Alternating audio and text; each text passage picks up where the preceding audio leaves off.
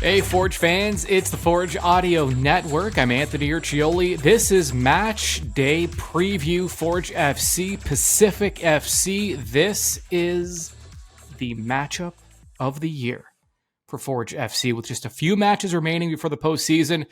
Forge Pacific, well, let's put it this way. The winner of this match will get sole possession of second place in the CPL with just 2 matches remaining. That is huge for several reasons. The most of which is that your path to a CPL final not only gets easier, you can decide whether you have home field advantage in the final. And let me explain. When the playoffs start, 1 will play 2. The winner of that match will go straight to the final and host that final. The loser goes to the semifinal, has a longer route, but still has an opportunity to get to the final. They may not host it, but either way, you finish in the top 2. So Cavalry will, unless something, I mean, mathematically, it's technically possible Cavalry will not finish in first place. But let's just say it's unlikely at this point. They have a 6-point lead over Pacific right now and a 7-point lead over Forge FC. And all 3 of those clubs have just 3 matches remaining. So it's going to be tough. But let's just, for the sake of this broadcast, Cavalry, let's say they finish first. Forge finishes second, let's say. Cavalry would host Forge, winner, straight to the CPL final. And they would host that final. It is an incredible opportunity. Finishing in the top 2, finishing first is great. You get the trophy, you get the award, you're the regular season champion, you get the CONCACAF spot, all those great things. But if that's not attainable, second place is where it's at. And that the difference between finishing second and finishing third is massive as far as your odds of going to and winning a championship. So that is what's at stake this weekend at Tim Hortons Field in Hamilton, Saturday, 7 o'clock start. You can be there to witness this match live, forgefc.ca/tickets. And this is a match in which Forge, 1 point, forget it. A tie is, you still have a chance. Forge could still, pass Pacific. It's not the end of the world, but you're at home right near the end of the regular season. You have to be feeling great after that last match. 3-2 win at Valor. We're going to quickly talk about that in a sec because I loved that win so much. It was my favorite victory of the year. If you could have a favorite win of the season, that was my favorite of Forge's wins. But Forge has to be thinking 3 points here, especially with their home record not being up to par. They are the best away team in the CPL.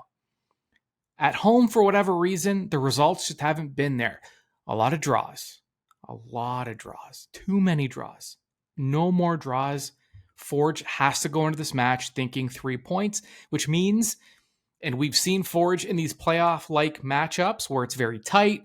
Neither side wants to make a mistake. It's a little conservative. And that tentativeness, it results in draws. And we saw it when Forge played against Ottawa, when they played against Cavalry. No, that cannot be the expectation in this one. It has to be 3 points because Forge they really, really need, maybe the wrong word, but they really want. It's very important that they get that second spot. All right, let's go back to that match against Valor. It was on Sunday. It was an afternoon match. Forge overcame, they blew a 1-goal lead. Then they overcame a 1-goal deficit to tie it and then to win late. It was everything, the imperfection. I loved how imperfect that win was. These are the wins that matter. Forget those dominating whistle to whistle, that 4-0 win over York stands out of just dominant performances and results where you're just blowing teams out. Those are great. You want them. here and there. You want them kind of sprinkled throughout your year because it's nice to know that you can dominate at times. Ultimately, though, are you going to see a match like that in the playoffs? I mean, well, you tell me. You've seen Forge now play in countless playoff matches, CONCACAF matches. Those just don't happen in big moments unless something goes horribly wrong for one side. So to win 3-2 after all those, after the adversity, Valor, the better team in the first half, better team early. Valor probably feels they should have had a better result in that one. They had the bulk of the possession. Forge was a little off early on. Just they looked just almost like they were just playing in molasses at times. And you kind of looked at this match early on and you were like, oh no, I mean, this is not a good sign going as we kind of head down the stretch and into the playoffs. And Valor, to their credit, I mean, they were desperate. They were mathematically still alive. They needed 3 points, though. There was no, it was do or die for Valor. So you were Forge, you're facing a very hungry squad.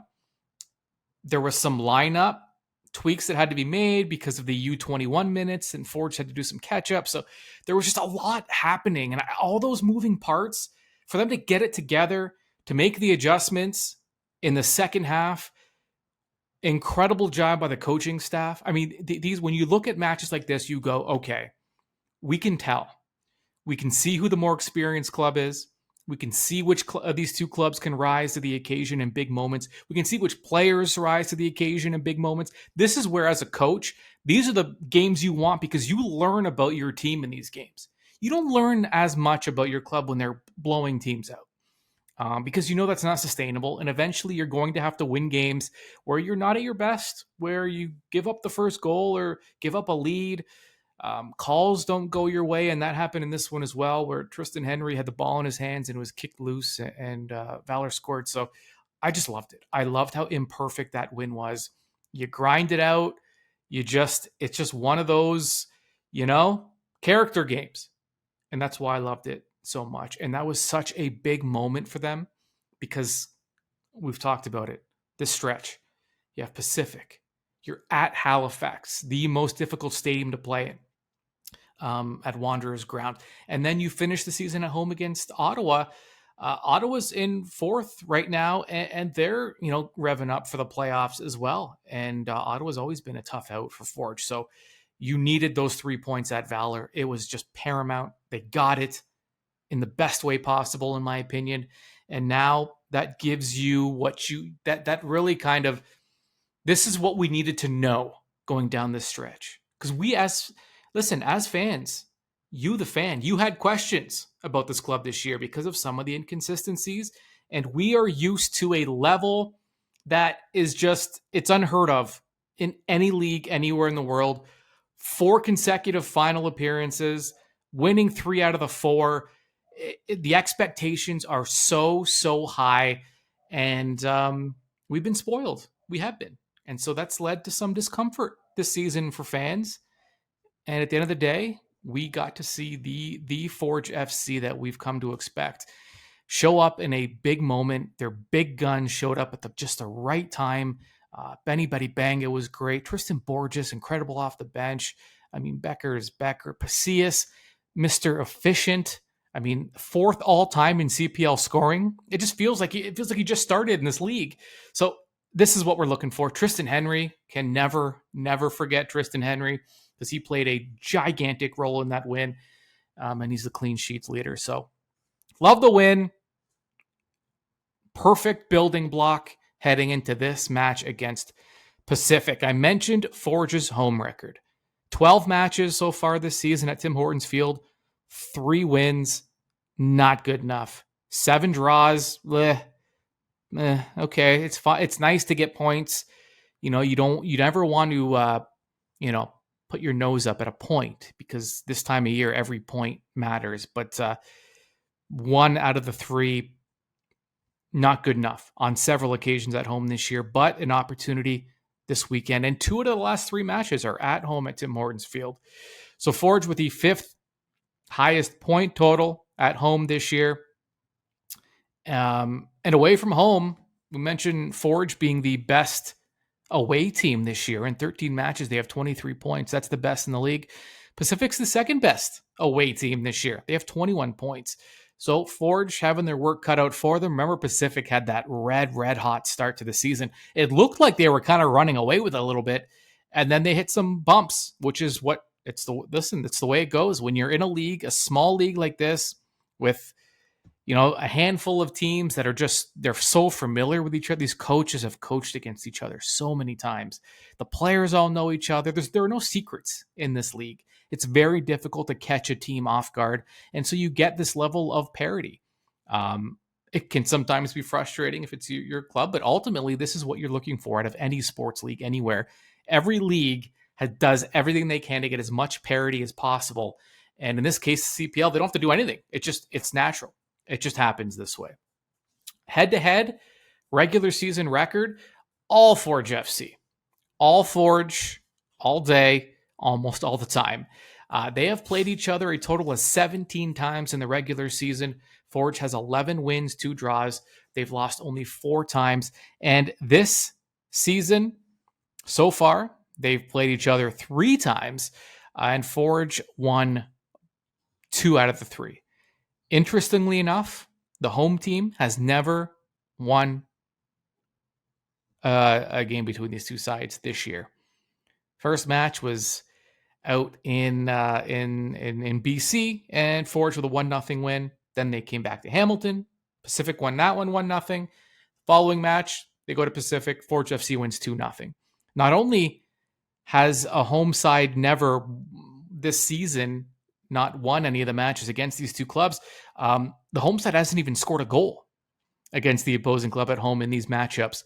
So hopefully, if you're a Forge fan, that trend does not continue this weekend at Tim Hortons Field. And here's what's interesting too. We have 2 high-scoring clubs. In Pacific's case, they are the highest-scoring club in the league. Forge, I believe they're 4th overall in scoring, but we know what they're capable of at any given time with the talent they have. And surprisingly, I just gave you the scores. In the last 5 matches between these two clubs, there have been less than 2.5 goals. So 2 or less in all those matchups, because when you get these two kind of elites, Pacific's been at the top of the table many times. Forge, we know what Forge has done. And you get these playoff-like atmospheres when they play each other. And because of that, they've been tight. So space is at a premium, offense is at a premium, and goals are at a premium. And in 5 straight matches, they've gone less than 3 goals total. And team streaks, Forge FC mentioned quite a few draws this year. They lead the league in draws, but they have not lost in 6 matches. So in 2.5 months, Forge has not lost a match. Pacific on a bit of a run themselves. They haven't lost in 4 matches, unbeaten. Pacific, though, they've gone 8 matches without a clean sheet. So some high scoring affairs. And this is what's interesting. Pacific in 4 and 5 out of their last 6 matchups. Both teams have scored a goal. So Pacific can score a lot, but they're giving up some goals as well, as they have not had a clean sheet in 8 straight matches. Average player ratings. I go by Sofa score. That's just what I can't even really give you. That's where I go for most of my CPL stats. So that's what we're going with. The average Sofa score player rating out of 10 all year. Kyle Becker has been at the top for most of the year, week after week after week, almost the entire year, actually. I have some bad news, Forge fans. He is second as of this week. Amon Salouf, the Pacific attacker, has surpassed Kyle Becker, his player rating. Salouf is 7.29, Becker is 7.27. So razor thin margin there. And both have a very clear lead over the rest. So we're going to see those 2 players going at it this weekend. I was going to say head-to-head. I don't know. Salouf usually plays down that left wing. Becker usually plays down the middle. We'll see how many times they collide. Definitely on more than one occasion. Salouf, by the way, is going to be a major talking point for the remainder of this broadcast. But right now, Salouf jumped over Becker barely, and the 2 will meet this weekend. Goal leaders, a pair of Forge players in the top 4.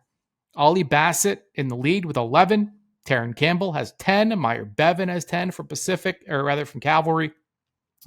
4th on that list, Rubens Pacius. He has not had the minutes that he had last year. I called him Mr. Efficient. That's because we have it's science.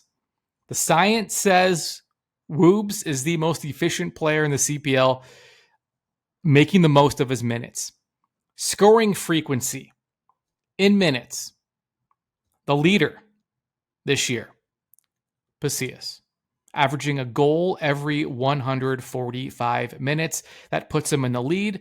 Taryn Campbell, by the way, in 3rd.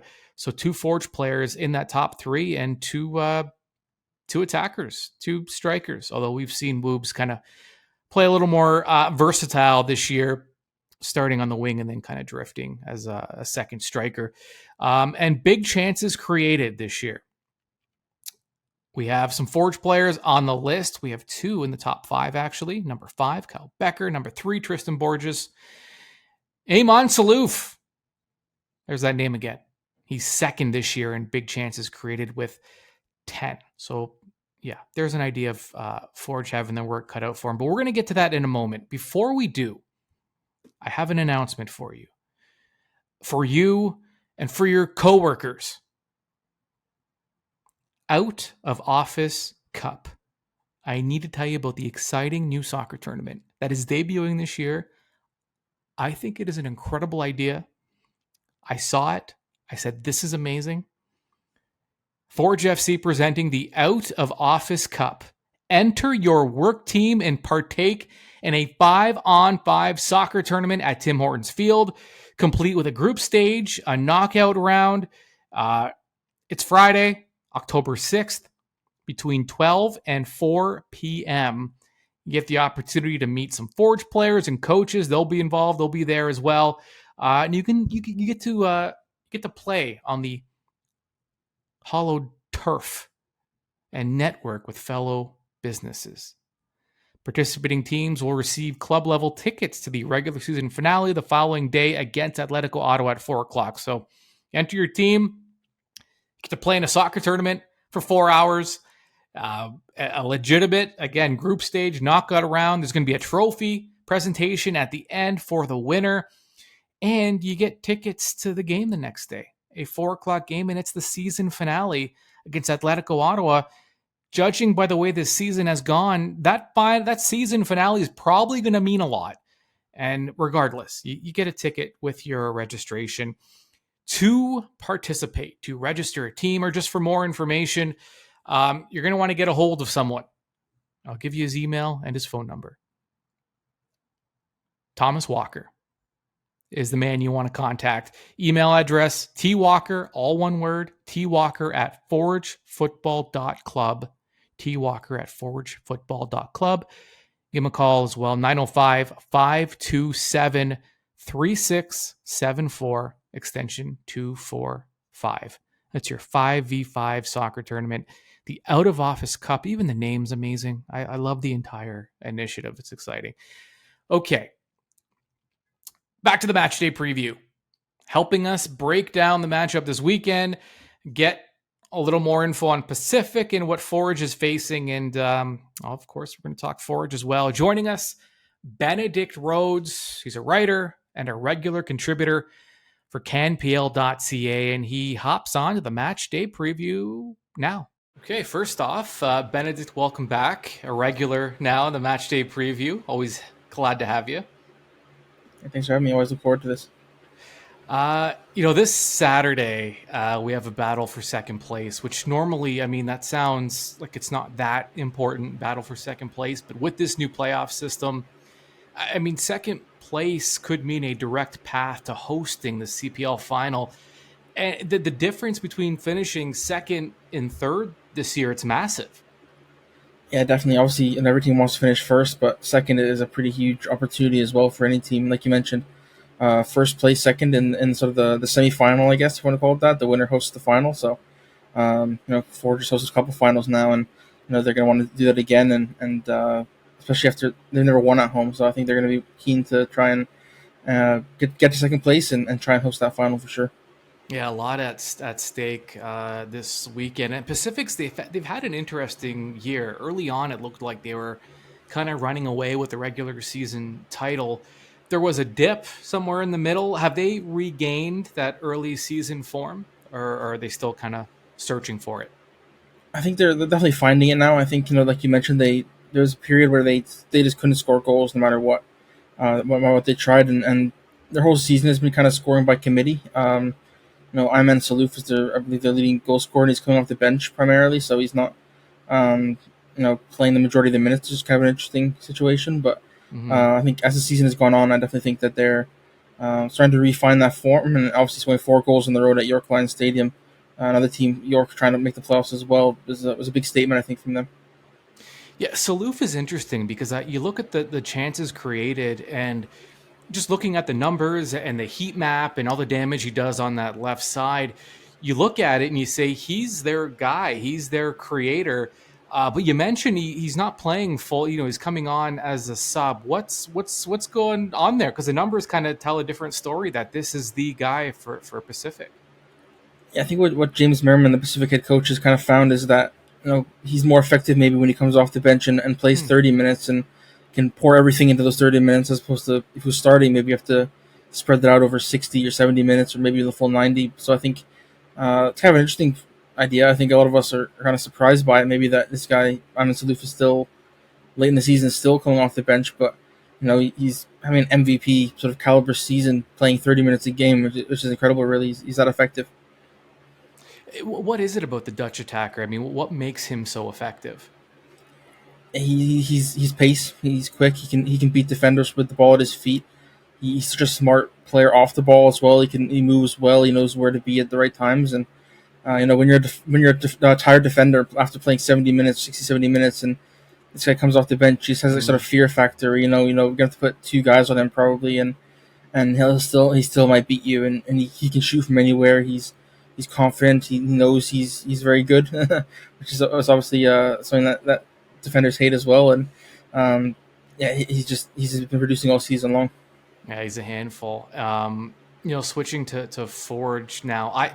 I loved their win over Valor on Sunday. It was ugly. It was the kind of, it was one of those, if you're a coach, you kind of learn about your squad in matches like that where it's back and forth and things aren't quite going your way. And then your side just finds a way on the road. And that kind of win has been missing for Forge this season. And uh, you know, can these wins like that, those gutsy efforts and playoff like atmospheres, can those be, I don't want to say turning points, it's a little too dramatic, but can those be kind of catapults at key times in the season as you head to the playoffs?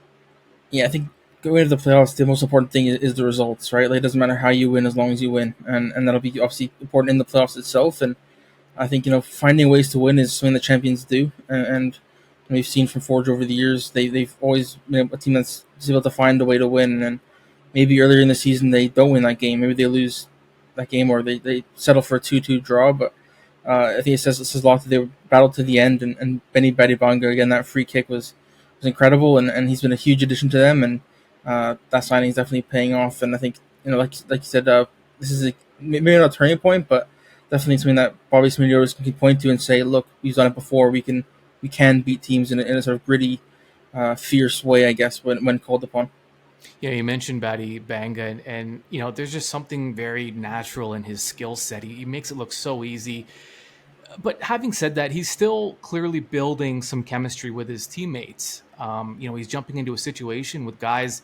These guys on Forge, not only have they been playing together for the last few years, I mean, they've been playing together since they were kids, a lot of them. So they know each other so well. They're used to Bobby's system. Do you think there's enough time for Batty Banga to build that chemistry with his teammates?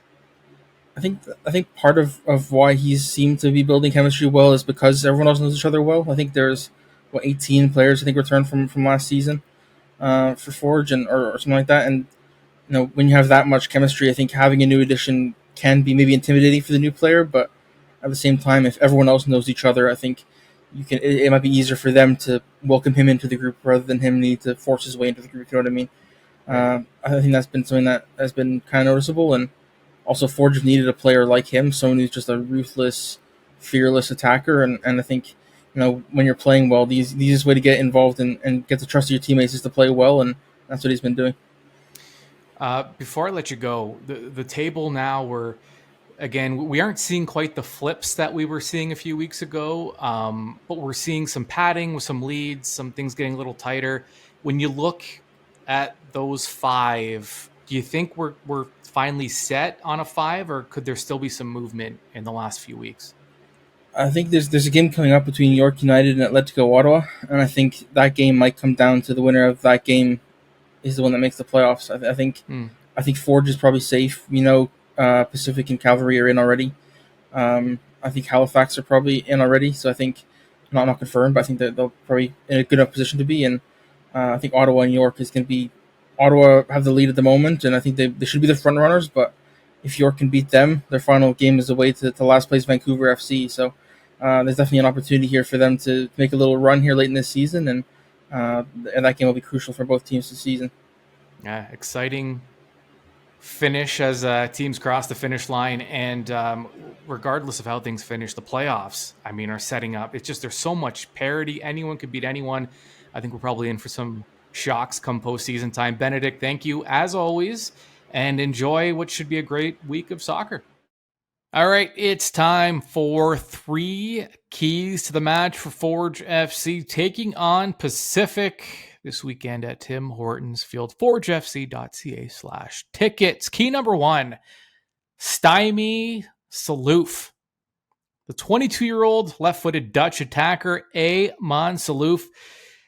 Listen, he's Pacific's most productive chance creator. I mean, by far. And those chances predominantly come from the left flank, meaning the right side of the Forge lineup, they're going to be busy. They have to take away his space.